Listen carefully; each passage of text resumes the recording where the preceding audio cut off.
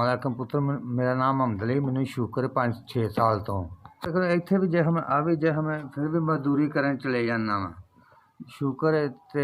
मेहरबानी गुरियां 5 धियां ने मोती सतारा ला के घर का खर्चा चला रही पुत्तर ना माँ प्यो ना कोई भरा है कमांदा मैं मंजी ते पै गया हुण मेरियां धियां ही खर्चा घर का चलान लियां कमीज की 30-35 रुपये मजदूरी है ये मोती सतारा एक सूई धागे नाल एक 2 दिनां एक कमीज लैंदी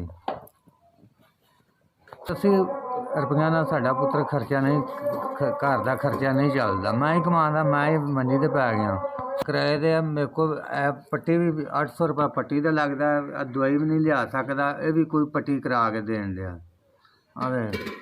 एक बंदा उन्हें 2-3 पट्टियां कराइया वो चले गया तो फैसलाबाद हुआ को मैनू परेशानी बनी मेरी पट्टी कौन कराए दा तो गरीब हाँ मेरी मदद कर दो पुत्र थोड़ी जी मैं बहुत गरीब हाँ टाइम घर राशन भी कोई 5 धियां की जिम्मेदारी मेरे सिर ते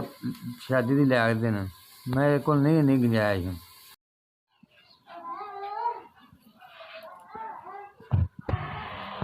पुत्र जी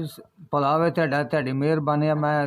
दवाई भी लियावां 6000 रुपया मैनू मिल गया तुहाडा भला वे अल्लाह तुहानू तंदरुस्ती देवे तुहाडी मेहरबानी अल्लाह तुहानू होर रिज़्क देवे जी खुश रहो अल्लाह तुहाडे धियां पुत्रां नू रब तंदरुस्ती देवे अब मैनू मिला तुहानू रिज़्क देवे अल्लाह तुहानू होर हिम्मत देवे गरीब नू देण वास्ते